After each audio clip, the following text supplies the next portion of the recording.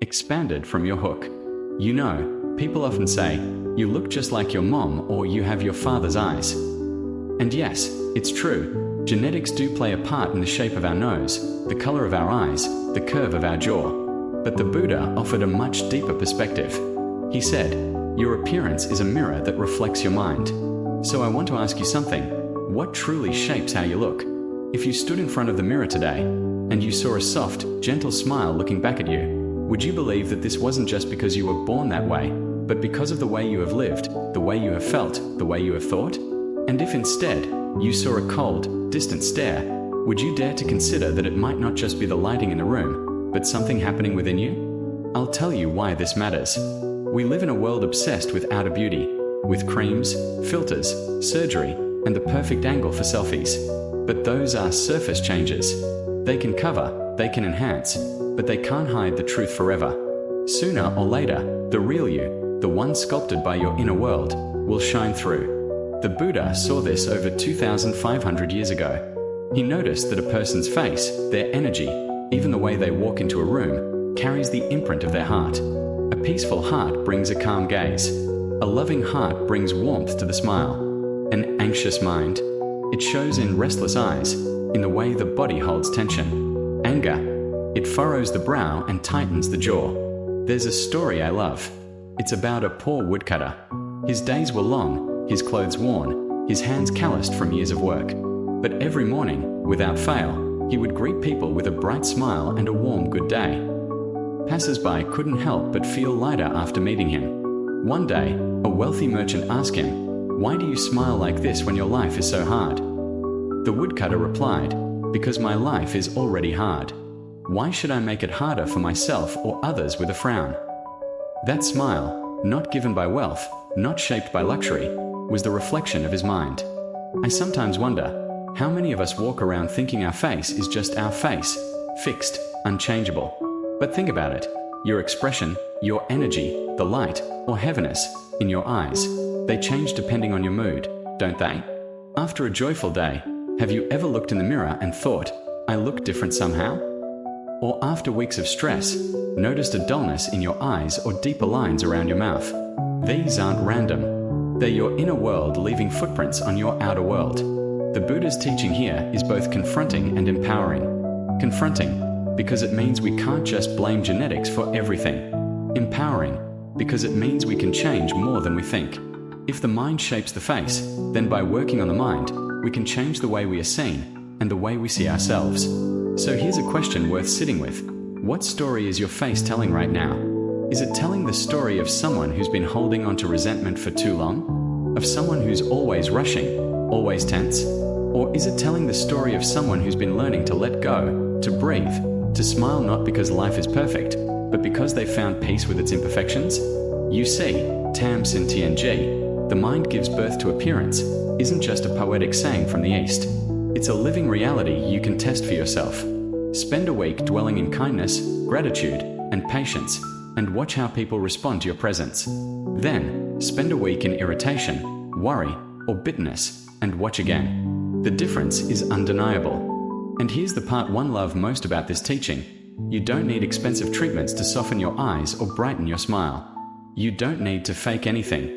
You simply need to tend to your inner garden, to remove the weeds of anger, water the seeds of compassion, and give yourself the sunlight of mindfulness.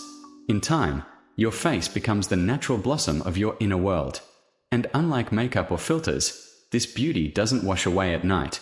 So maybe, the next time you stand in front of the mirror, don't just ask, do I look good today? Ask, what is my face reflecting about my mind?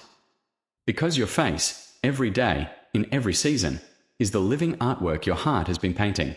And in our next video, we'll go even deeper. I'll share 5 simple practices you can start today to transform not just how you feel inside, but how the world sees you on the outside. Trust me, it's more powerful than any beauty tip you've ever heard. The woodcutter and his smile. Let me tell you a story. In a small mountain village, far away from the rush of the city, there lived a woodcutter. His clothes were worn thin, patched so many times they told their own story. His hands were rough, with calluses that spoke of years of hard work. He lived alone in a modest hut, surviving on the wood he chopped and sold at the local market. From the outside, You might think his life was nothing but hardship. And yet, every single day, without fail, he greeted people with the warmest smile. Whether it was the baker passing by, a stranger walking the dirt road, or a child running to school, they would all receive the same bright good day from him. It wasn't a polite, forced smile, the kind we sometimes put on for the sake of social manners. No, his smile was different. It carried light. It carried peace. It made you feel, even for just a moment, that the world was okay. One afternoon, a wealthy merchant who had been traveling through the village for business noticed the woodcutter. Day after day, the merchant saw him, tired, sweaty from chopping wood, yet smiling as if he carried a secret joy no hardship could steal. Finally, curiosity got the better of the merchant. He approached the woodcutter and asked, "Why do you smile like this, when your life is so hard? You have so little, and yet you seem happier than many people I know who have everything." The woodcutter paused, resting his axe on his shoulder. He looked at the merchant, his eyes kind but steady, and said, "Because my life is already hard. Why should I make it harder for myself, or for others, by wearing a frown?" That answer stayed with the merchant for a long time. And maybe it should stay with us too.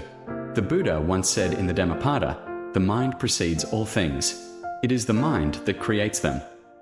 What the woodcutter understood, perhaps without even studying the scriptures, was that his mind was the starting point of his reality. If he let bitterness and self-pity settle in his heart, it wouldn't just make his days heavier, it would show on his face, in his voice, in the way people felt when they stood next to him. But if he chose, moment by moment, to hold compassion, kindness, and gratitude, his outer world would reflect that. His smile became the bridge between his heart and the world around him. And here's the thing, people noticed. They might not have been able to explain why, but they felt lighter after meeting him. Some even sought him out, not because they needed wood, but because they needed that smile, that reminder that happiness isn't always about circumstances. You see, the woodcutter's life teaches us something most of us forget in our daily grind. You don't need to wait for perfect conditions to share kindness. You don't need to have everything in place before you can smile.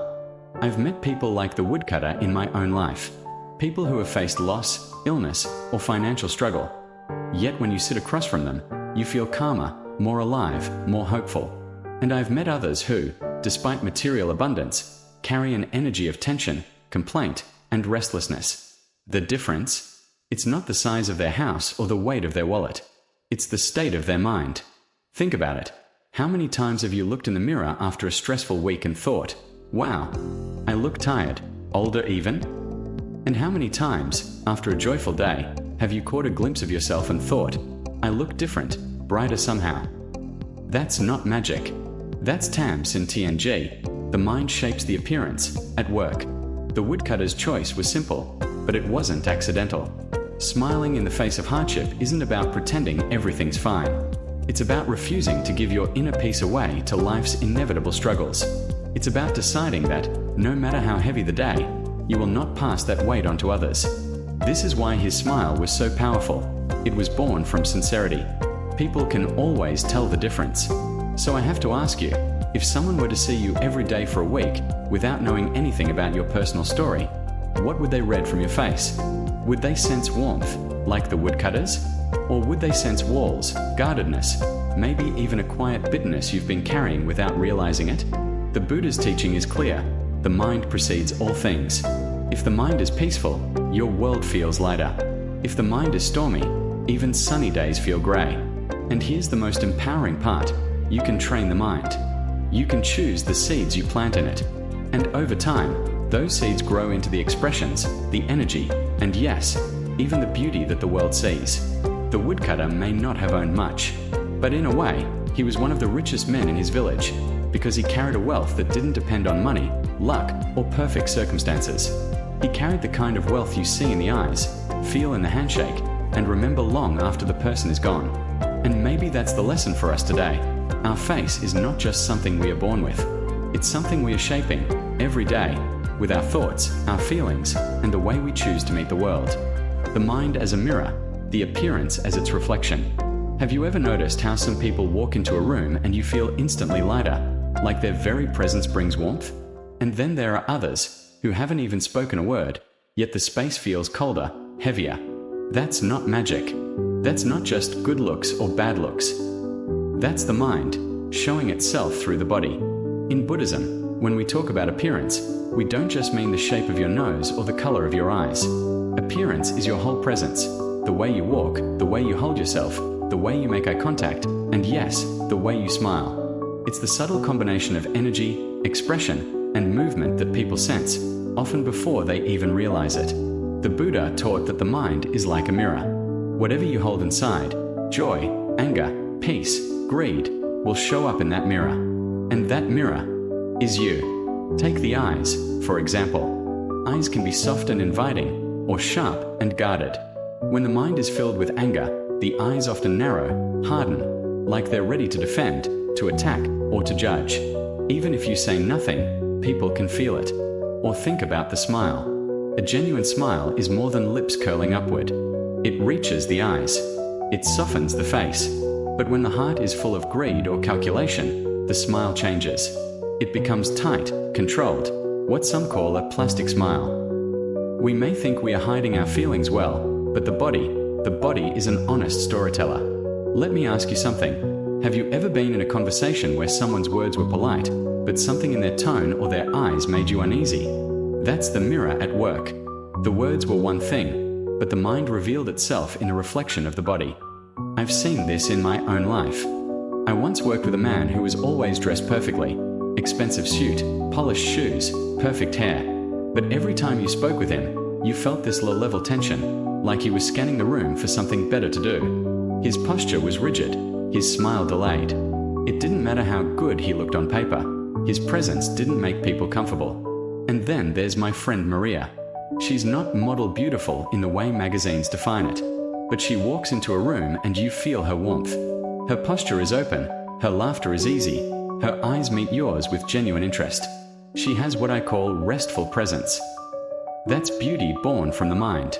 When you realize the mind shapes appearance, you start to see that beauty is fluid. It changes with your emotional weather. Anger hardens the face. Anxiety quickens the movements. Resentment furrows the brow. But gratitude softens the eyes.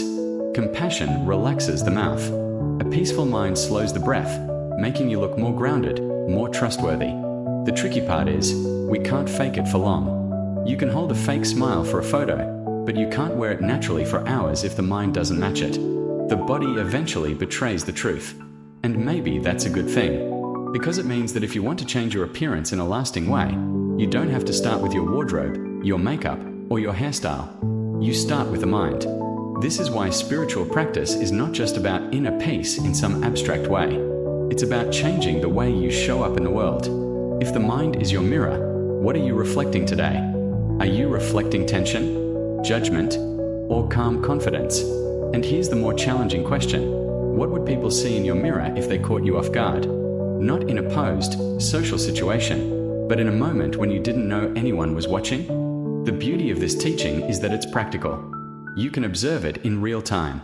The next time you're upset, notice how your face feels, the tightness around the eyes, the set of your jaw. And then, when you're relaxed and happy, notice again how your body moves differently, how your voice changes. When you do this often enough, you'll see that the connection between mind and appearance isn't philosophical theory. It's everyday reality. The mind is a mirror, and the body is its frame. What people see in that mirror depends on the images you allow your mind to hold.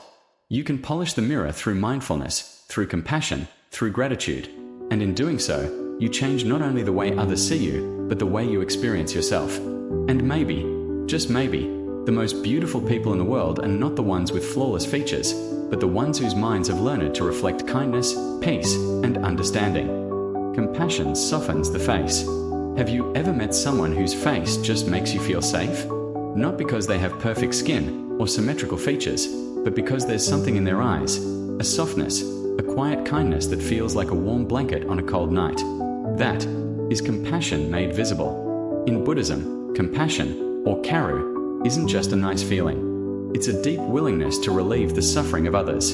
And here's the beautiful part. When you truly cultivate compassion, it doesn't just change your heart, it changes your face. Your eyes become gentler. Your voice slows down, becomes warmer. Even the lines on your face seem to fall in harmony instead of tension. Think about the last time someone really listened to you, not just waiting for their turn to talk, but actually hearing you without judgment. Remember how their presence felt. That's the power of compassion. It's invisible in one sense. You can't hold it or measure it, but in another way, it's the most visible thing in the world. You can spot it in a glance. I once met an elderly woman at a hospital while waiting for a friend's surgery to finish. She wasn't a nurse, wasn't part of the staff. She was just there visiting another patient. But she noticed me pacing nervously and came over with a cup of tea. She didn't say much, just smiled and said, "It'll be all right." Her face wasn't without wrinkles. In fact, there were many, but none of them were harsh.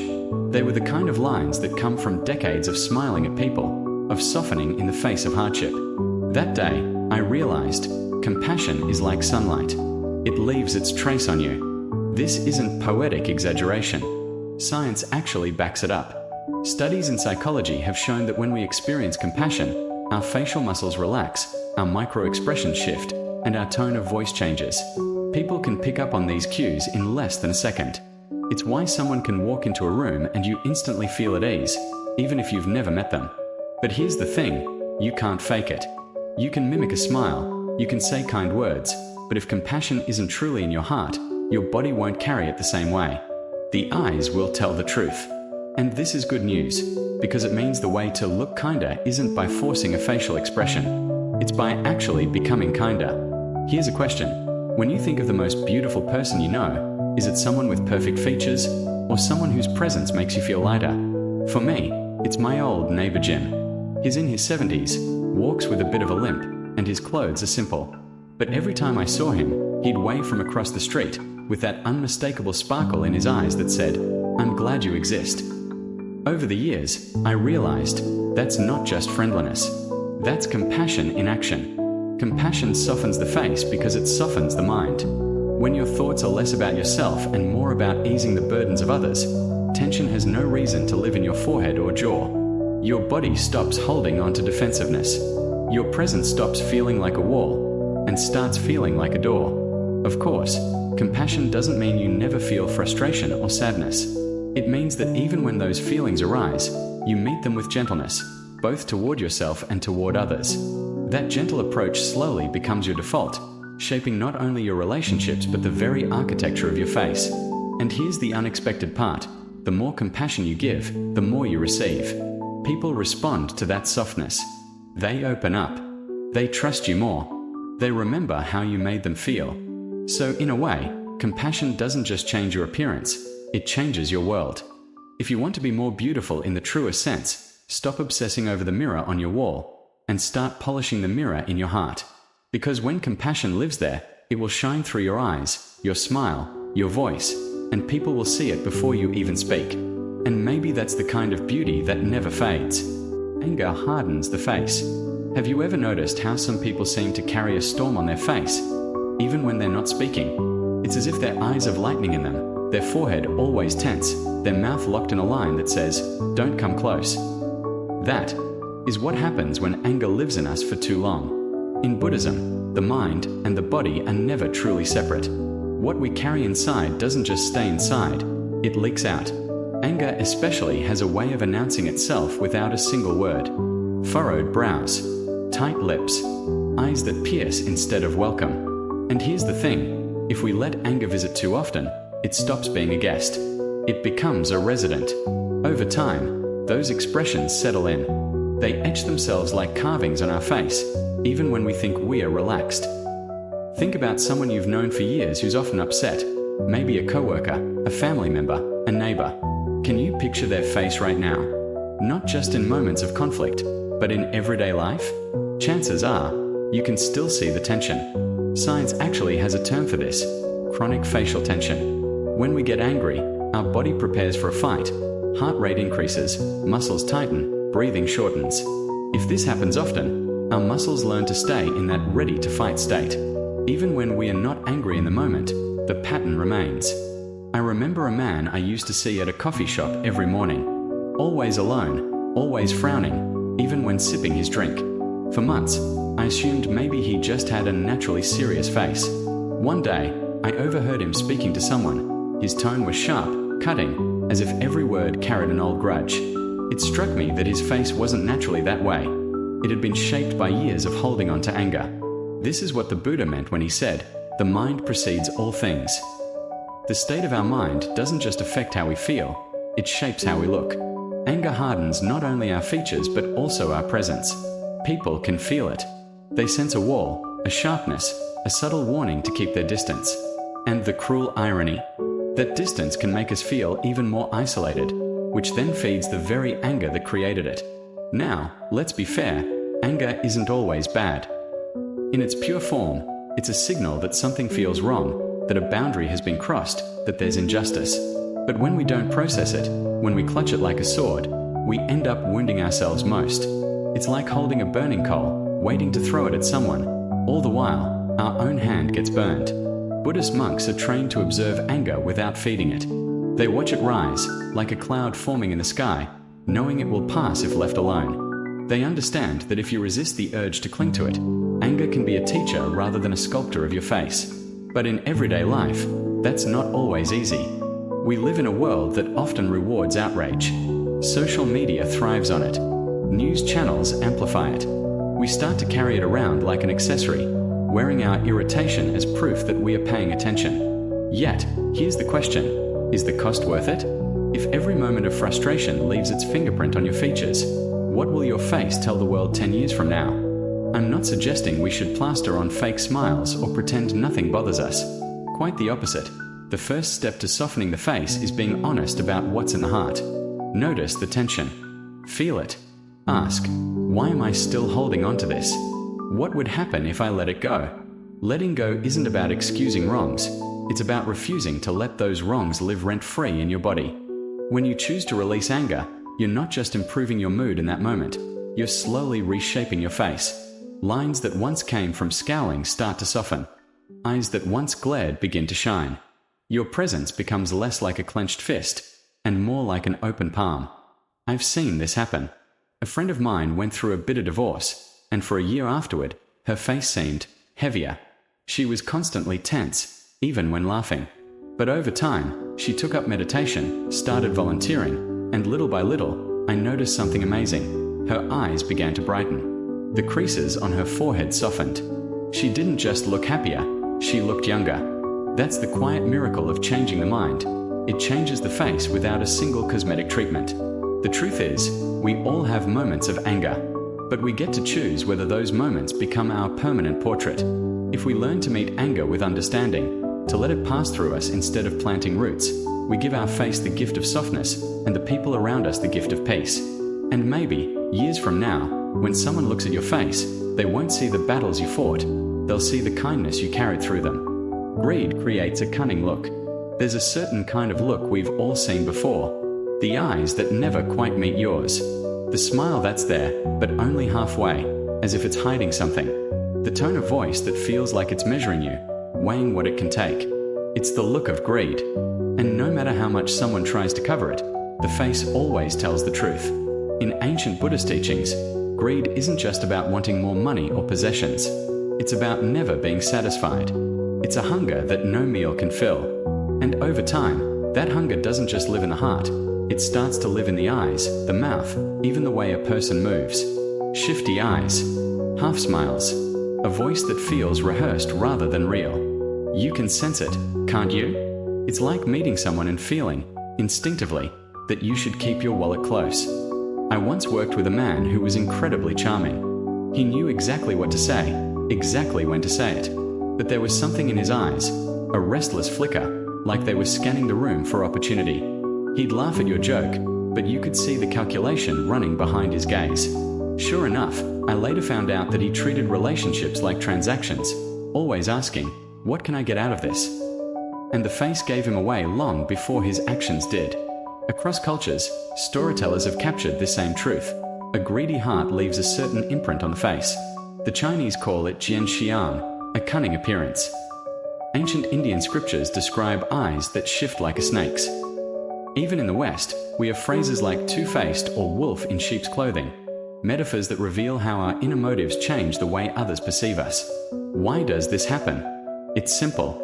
Greed lives in a state of tension, always reaching, always plotting, never resting. That tension makes it hard to truly be present with others. The mind is too busy thinking about what it wants next, and the body reflects that.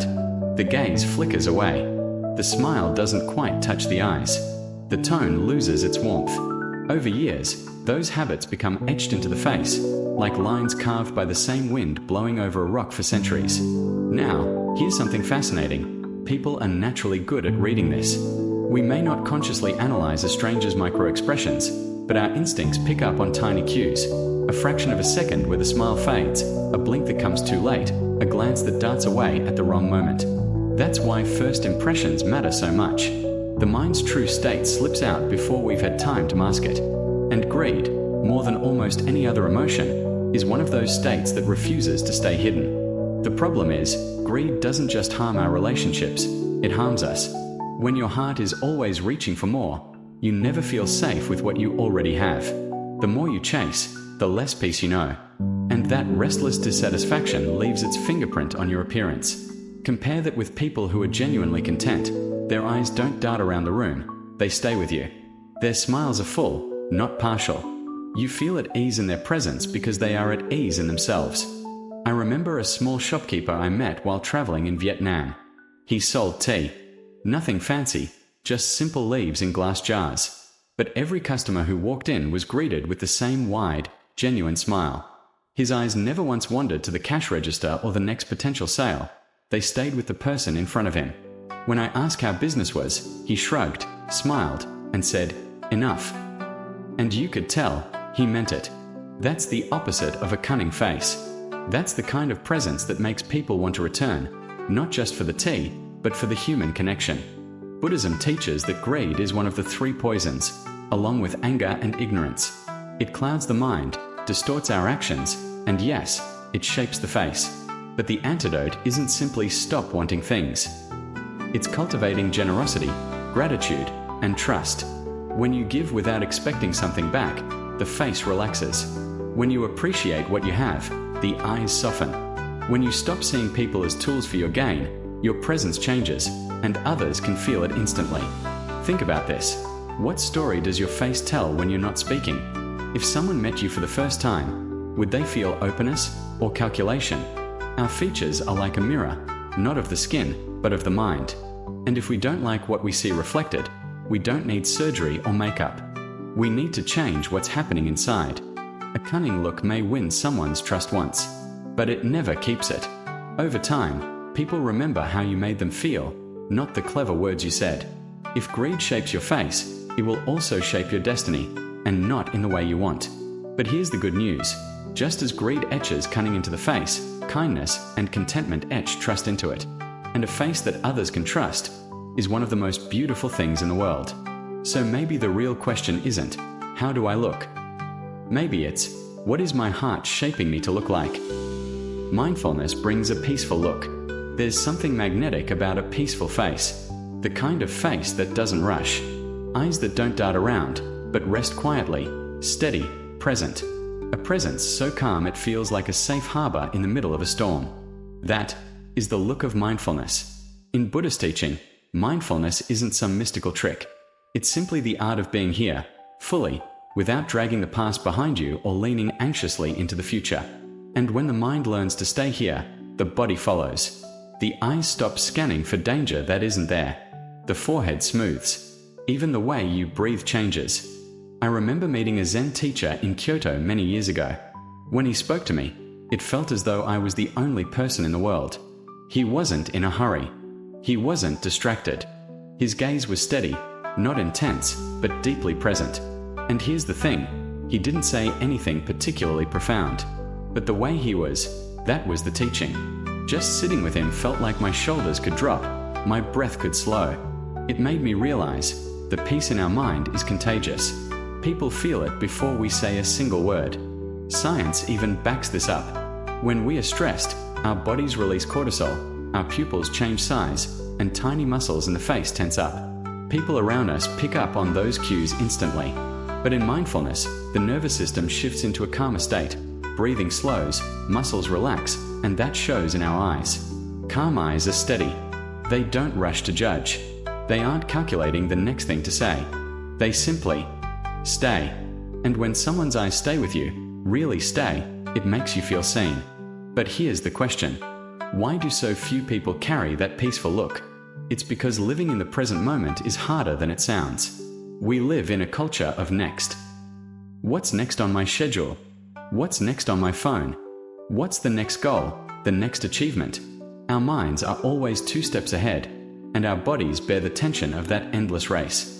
Over time, that race etches itself onto the face, in tight jaws, furrowed brows, eyes that never fully meet. Mindfulness is the pause button. It's choosing to inhabit this breath, this step, this moment, fully. And the beauty is, the moment you choose it, your face begins to soften. It doesn't mean life becomes perfect. You'll still have challenges, but your presence changes. You stop leaking anxiety into the space around you. People start to feel safer with you because your calmness tells them, without words, we are okay. I've experienced this firsthand. A few years ago, during one of the most stressful seasons of my life, I started a simple morning ritual, 10 minutes of sitting quietly before checking my phone. At first, my mind fought it, but after a few weeks, something shifted. My coworkers began telling me, "You seem different, more relaxed." I wasn't trying to look peaceful, but it showed. That's the thing. Mindfulness changes your appearance without you trying to change it. The softness is a side effect of the stillness. The Buddha once compared the mind to a lake. When the water is agitated, you can't see clearly. But when the water is still, it reflects everything with perfect clarity. A mindful person carries that still lake in their eyes. You can see it, the calm depth, the lack of rush. And when you're around them, you can almost feel your own mind becoming still, like ripples settling after a stone sinks. Imagine the opposite for a moment, sitting across from someone whose leg is bouncing, whose eyes keep flicking to their phone, whose mind is clearly somewhere else. How does that make you feel? Probably anxious, maybe even unimportant. Now picture sitting across from someone whose gaze is steady, whose breath is unhurried, who listens like there's nothing else in the world to do. You walk away from that conversation lighter, calmer. That's the gift mindfulness gives, not only to ourselves but to everyone we meet. And here's a small secret. You don't need years of meditation training to start showing that peaceful look. It begins with the tiniest of practices, taking a slow breath before answering the phone, pausing to really taste your coffee, listening to someone without rehearsing your response. Each time you return to the moment, your face learns to relax. And little by little, the peace in your mind becomes the peace in your appearance. Our faces are like living diaries. Every thought, every mood, every habit leaves its trace. If anger can harden the face and greed can make it cunning, then mindfulness can do the opposite. It can soften the eyes, relax the jaw, open the presence. And when your face says, without words, "You're safe here," people notice. They may not be able to explain why they trust you, why they feel lighter around you, but they will. So maybe the real beauty secret isn't in the products we buy, but in the moments we fully live. Because in the end, the most peaceful look is the one that comes from a peaceful mind. Mindfulness brings a peaceful look. There's something magnetic about a peaceful face. The kind of face that doesn't rush. Eyes that don't dart around, but rest quietly, steady, present. A presence so calm it feels like a safe harbor in the middle of a storm. That is the look of mindfulness. In Buddhist teaching, mindfulness isn't some mystical trick. It's simply the art of being here, fully, without dragging the past behind you or leaning anxiously into the future. And when the mind learns to stay here, the body follows. The eyes stop scanning for danger that isn't there. The forehead smooths. Even the way you breathe changes. I remember meeting a Zen teacher in Kyoto many years ago. When he spoke to me, it felt as though I was the only person in the world. He wasn't in a hurry. He wasn't distracted. His gaze was steady, not intense, but deeply present. And here's the thing, he didn't say anything particularly profound. But the way he was, that was the teaching. Just sitting with him felt like my shoulders could drop, my breath could slow. It made me realize, the peace in our mind is contagious. People feel it before we say a single word. Science even backs this up. When we are stressed, our bodies release cortisol, our pupils change size, and tiny muscles in the face tense up. People around us pick up on those cues instantly. But in mindfulness, the nervous system shifts into a calmer state. breathing slows, muscles relax, and that shows in our eyes.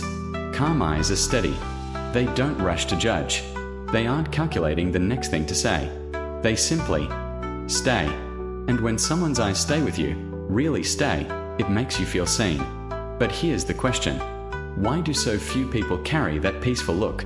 It's because living in the present moment is harder than it sounds. We live in a culture of next. What's next on my schedule? What's next on my phone? What's the next goal? The next achievement? Our minds are always 2 steps ahead, and our bodies bear the tension of that endless race. Over time, that race etches itself onto the face, in tight jaws, furrowed brows, eyes that never fully meet. Mindfulness is the pause button. It's choosing to inhabit this breath, this step, this moment, fully. And the beauty is, the moment you choose it, your face begins to soften. It doesn't mean life becomes perfect. You'll still have challenges, but your presence changes. You stop leaking anxiety into the space around you. People start to feel safer with you because your calmness tells them, without words, we are okay. I've experienced this firsthand. A few years ago, during one of the most stressful seasons of my life, I started a simple morning ritual, 10 minutes of sitting quietly before checking my phone. At first, my mind fought it, but after a few weeks, something shifted. My coworkers began telling me, "You seem different, more relaxed." I wasn't trying to look peaceful, but it showed. That's the thing. Mindfulness changes your appearance without you trying to change it. The softness is a side effect of the stillness. The Buddha once compared the mind to a lake. When the water is agitated, you can't see clearly. But when the water is still, it reflects everything with perfect clarity. A mindful person carries that still lake in their eyes. You can see it, the calm depth, the lack of rush. And when you're around them, you can almost feel your own mind becoming still, like ripples settling after a stone sinks. Imagine the opposite for a moment, sitting across from someone whose leg is bouncing, whose eyes keep flicking to their phone, whose mind is clearly somewhere else. How does that make you feel? Probably anxious, maybe even unimportant. Now picture sitting across from someone whose gaze is steady, whose breath is unhurried, who listens like there's nothing else in the world to do. You walk away from that conversation lighter, calmer. That's the gift mindfulness gives, not only to ourselves but to everyone we meet. And here's a small secret. You don't need years of meditation training to start showing that peaceful look. It begins with the tiniest of practices, taking a slow breath before answering the phone, pausing to really taste your coffee, listening to someone without rehearsing your response. Each time you return to the moment, your face learns to relax. And little by little, the peace in your mind becomes the peace in your appearance. Our faces are like living diaries. Every thought, every mood, every habit leaves its trace. If anger can harden the face and greed can make it cunning, then mindfulness can do the opposite. It can soften the eyes, relax the jaw, open the presence. And when your face says, without words, "You're safe here," people notice. They may not be able to explain why they trust you, why they feel lighter around you, but they will. So maybe the real beauty secret isn't in the products we buy, but in the moments we fully live. Because in the end, the most peaceful look is the one that comes from a peaceful mind. Letting go brings freshness. There's a certain light in the face of someone who has let go. It's not just a smile. It's not makeup. It's not perfect skin. It's something deeper, a kind of freshness like the air after a storm. You know, resentment is heavy. It's like carrying a backpack full of rocks, except those rocks are old grudges, past betrayals, and words we wish we'd never heard. We think we've tucked them away, but they sit there, quietly shaping our posture, our tone, even the way we look at people. And over time, the weight shows, not just in our heart, but on our face. I remember meeting an older woman at a community event years ago. She was in her late 70s, but her presence was magnetic. Her smile felt like a warm sunrise. You just wanted to sit near her. Later, I found out she had gone through deep heartbreak in her life, loss, betrayal, years of struggle. But she said something I'll never forget. I decided a long time ago that I'd rather have laugh lines than frown lines. And she wasn't speaking about vanity. She was speaking about choice. The choice to release the bitterness that wanted to take root inside her. Letting go doesn't mean pretending nothing happened. It doesn't mean we suddenly approve of what was wrong. It means we stop letting the past keep its hands around our present. When resentment is released, something changes, and it's visible. The brow softens. The eyes open wider. The smile doesn't have to be forced. It flows, because the muscles are no longer held hostage by old pain. Here's the thing. People can feel if you're holding a grudge, even if you don't say a word. Your energy becomes guarded. Your humor has a bite. Your eyes scan people, not with curiosity, but with quiet judgment. But when you truly let go, you become approachable. Your presence feels safe. Strangers find themselves talking to you in line at the grocery store. Friends notice that your laughter lasts longer. I've felt both sides. There was a time in my life when I thought forgiveness was weakness, that holding on to the memory of how someone hurt me was a form of protection. But it wasn't protection. It was poison. It made me suspicious, tense, closed off. And it showed on my face, even when I thought I was hiding it. One day, I caught my own reflection and realized I looked tired, not from lack of sleep, but from carrying the emotional weight of years. That was my turning point. The process of letting go isn't instant. Sometimes it's a daily decision. Sometimes it's choosing, again and again, I won't replay that moment in my head today. And each time you make that choice, you lighten the load just a little. And then, one morning, you realize you're breathing easier. You notice you're smiling at people without meaning to. Your laughter feels freer. It's not that the past has disappeared, it's that it no longer owns your face. Think about it. When you meet someone who radiates ease and kindness, you're not drawn to them because they've had an easy life. You're drawn to them because they've done the hard work of letting go. The brightness you see in them? That's not luck. That's liberation. Ancient wisdom tells us that the face reflects the heart. And science now agrees. Studies in emotional health show that chronic resentment is linked to muscle tension, frowning patterns, even the way our eyes move. On the flip side, cultivating forgiveness has measurable effects on stress levels, posture, and overall expression. It's not magic, it's biology. Letting go signals to the body that it's safe, and the body responds with openness. And maybe this is the deeper point. Letting go isn't something we do just for the other person. It's something we do for ourselves. We do it for our peace, for our sleep, for the way we want to greet the world each day. Because if we're going to age, and we all are, I'd rather carry lines from a lifetime of smiling than the etched furrows of bitterness. So if you're holding on to something today, ask yourself, is this worth giving my face to? My peace to? My presence to? And if the answer is no, maybe it's time to set it down. Not for them, for you. For the freshness that's waiting on the other side of forgiveness. For the smile that will come naturally, without effort. For the face that says to the world, I am free. Impermanence and the changing face. There's a truth the Buddha taught that is both humbling and strangely freeing. Everything changes. Every tree, every wave, every season, and yes, even the face you see in the mirror. Most of us know this on a surface level. We see baby pictures of ourselves, old photos of our parents, and we say, wow, we've changed so much. But the Buddha's teaching on impermanence isn't just about the passage of years. It's about something more immediate, the way our appearance shifts with the state of our mind. Think about it. You can meet someone you haven't seen in years, and they might look completely different, not because of age, but because their spirit has changed. Some people seem brighter, younger, more alive. Others seem hardened, tired, closed off. And here's the part we rarely talk about. That change is not purely physical. It's emotional. It's mental. I once met a man in his late 50s who looked ageless. Not movie star ageless, but there was a softness in his eyes, a calm in his presence. He told me, when I stopped living in anger, my whole face changed. People told me I looked 10 years younger. No creams, no surgery, just a shift in the way he lived inside his own head. Modern science backs this up. Chronic stress and negative thinking can cause muscle tension in the face, slower skin repair, even changes in the brightness of the eyes. On the other hand, practices like meditation, gratitude, and compassion don't just feel good. They alter brain chemistry, relax facial muscles, and literally change how we look. The Buddha understood this long before neuroscience.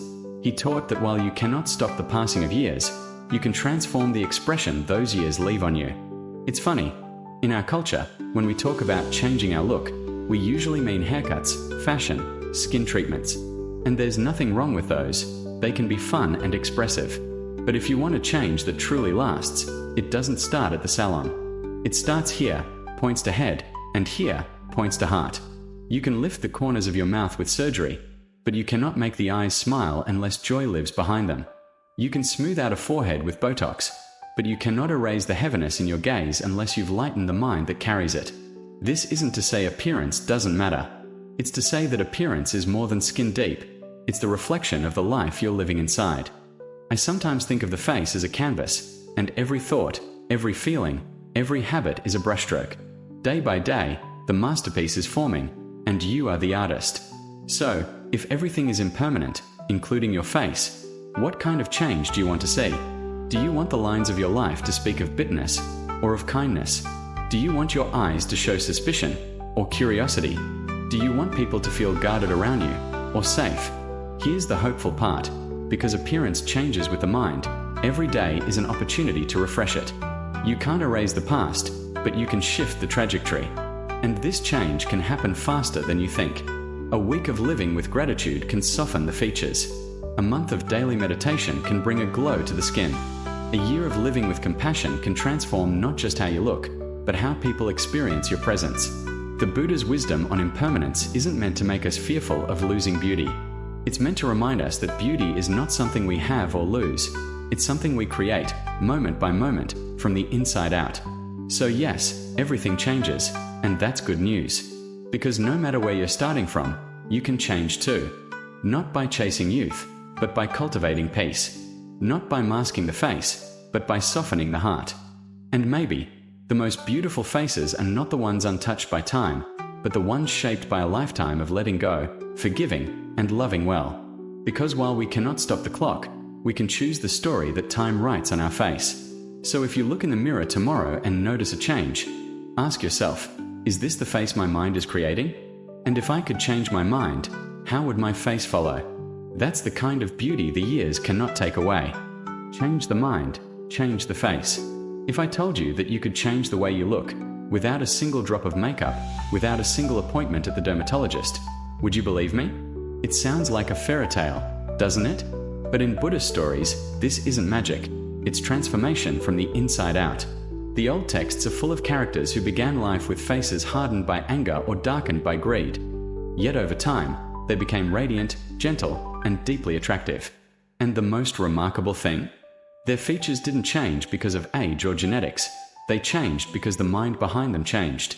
One story tells of a warrior, feared for both his temper and his scarred, scowling face. His very presence made children cry and grown men step aside.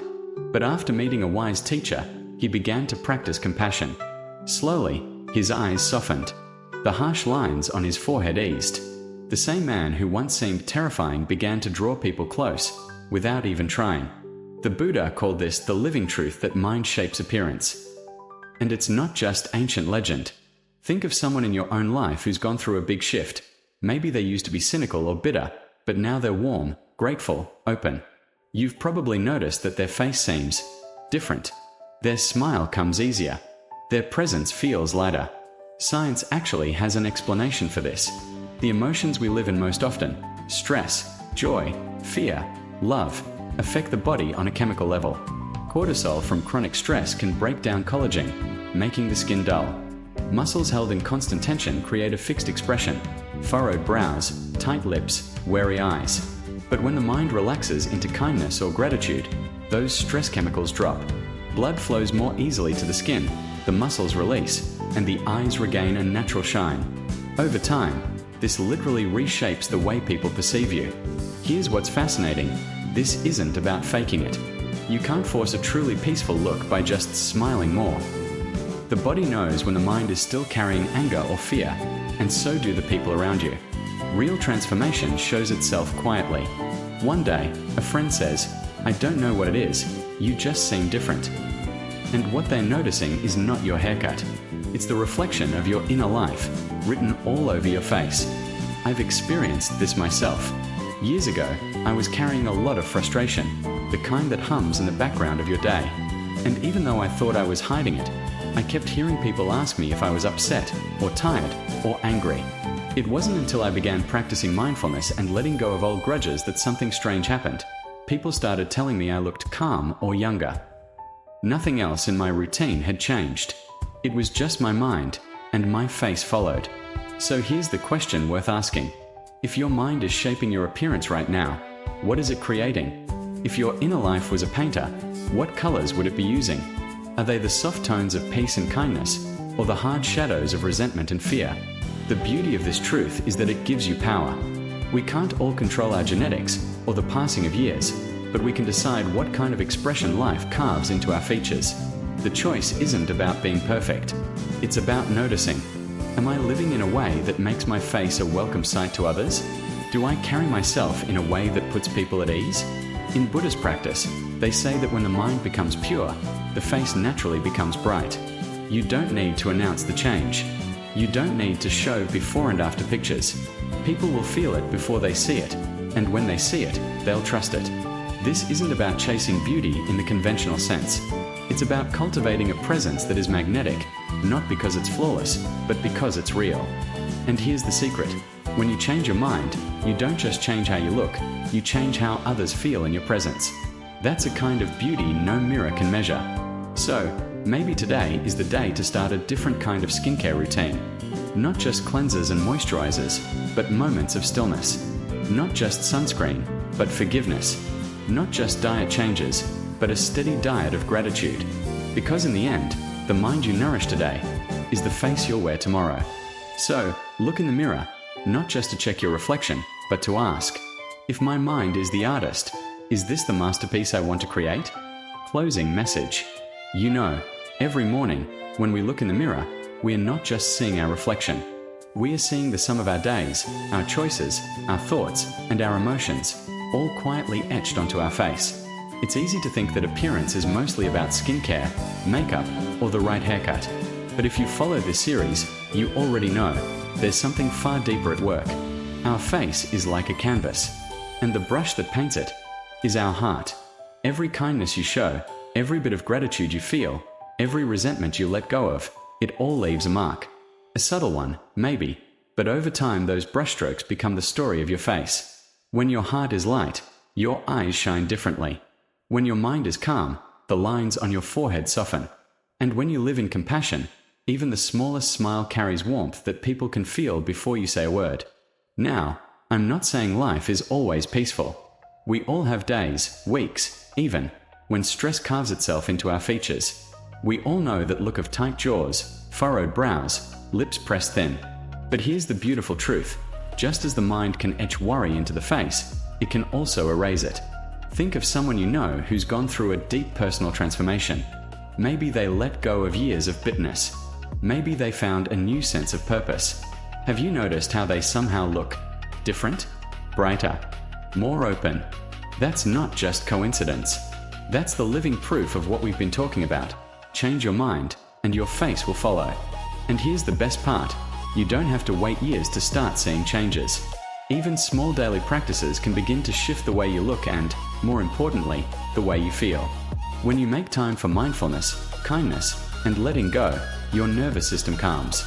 Stress hormones drop. Blood flows more easily to your skin.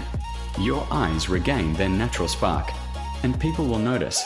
They might not be able to explain why you seem different, but they'll feel it.